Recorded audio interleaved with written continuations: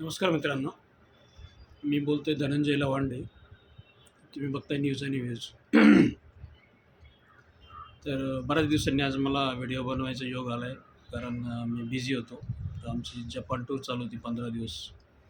तर 15 दिवस आम्ही जपान बघायला गेलो होतो. जपानची ही जी टूर होती, ही आमच्या धाकट्या मुलीने अरेंज केली होती.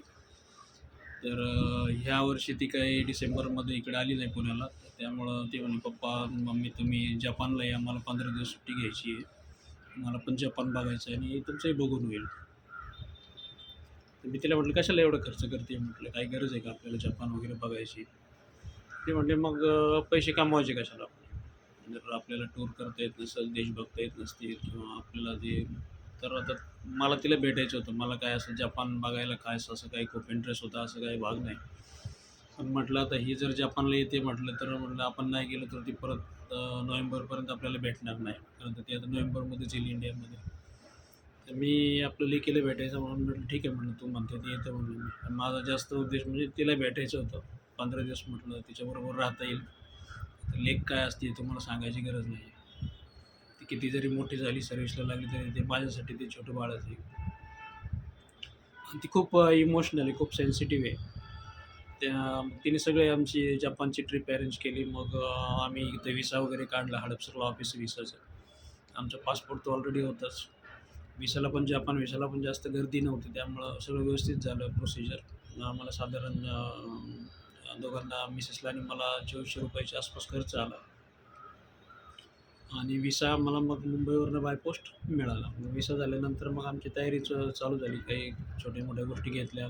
1-2 बॅग कमी होत्या त्या घेतल्या ॲडिशनल.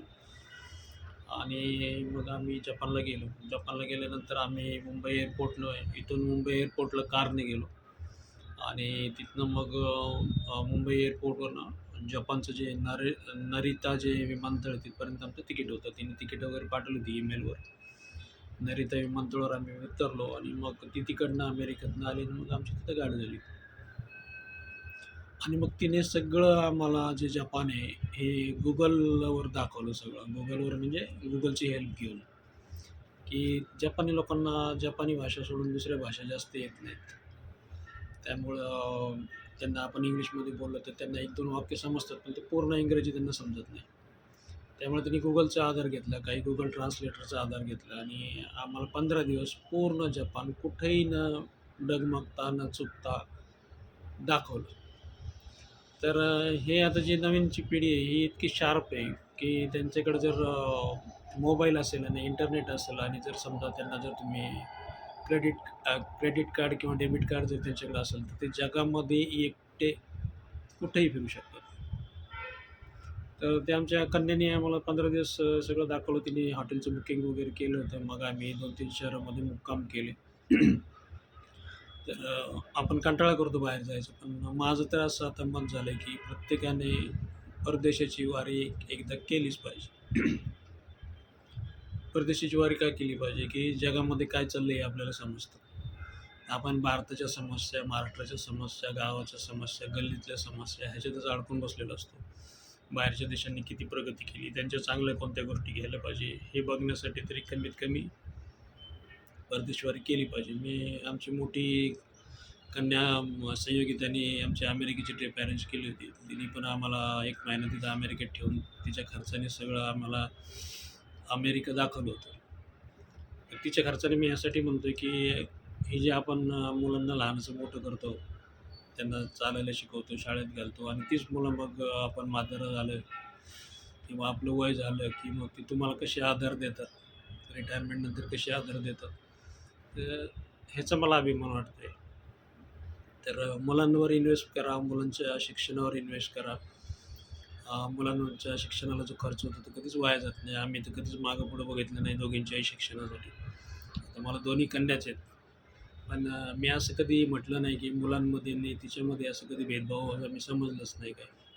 त्या ज्या मागतील ते सगळं दिलं. अ, त्या ज्या शाळेत जायचं म्हणतील, त्या ज्या कॉलेजला जायचं म्हणतील, त्या कॉलेजला ॲडमिशन दिलं. सुदैवाने आम्हाला सगळ्या गोष्टी पण व्यवस्थित मॅनेज झाल्या. थोडंफार लोनही काढलं. पण काय हरकत नाही, सगळं व्यवस्थित झालं. जपानवर मी तुम्हाला अजून बरेच काही व्हिडिओ बनवलेले आहेत, तर तुम्ही माझं चॅनल सबस्क्राईब करा. ते व्हिडिओ बघत राहा. काही माझे अनुभव तुम्हाला जर उपयोगाला आले तर चांगलंच होईल. तुमचे काही कमेंट्स असतील, काही सजेशन असतील तर तेही सांगा. आता मी नवीनच चॅनल चालू केलं त्यामुळं बोलण्यात वगैरे एवढं अजून पॉलिश लगेच येणार नाहीत, तर त्याला थोडे दिवस लागतील. तर आपल्या मनातली काही विचार आहेत ते व्यक्त करायला एक चांगलं माध्यम आहे. तर तुम्ही बघत राहा, सबस्क्राईब करा, कमेंट्स करा. काही सजेशन असेल तर मला फोन करा. भेटूया पुढच्या व्हिडिओमध्ये. नमस्कार.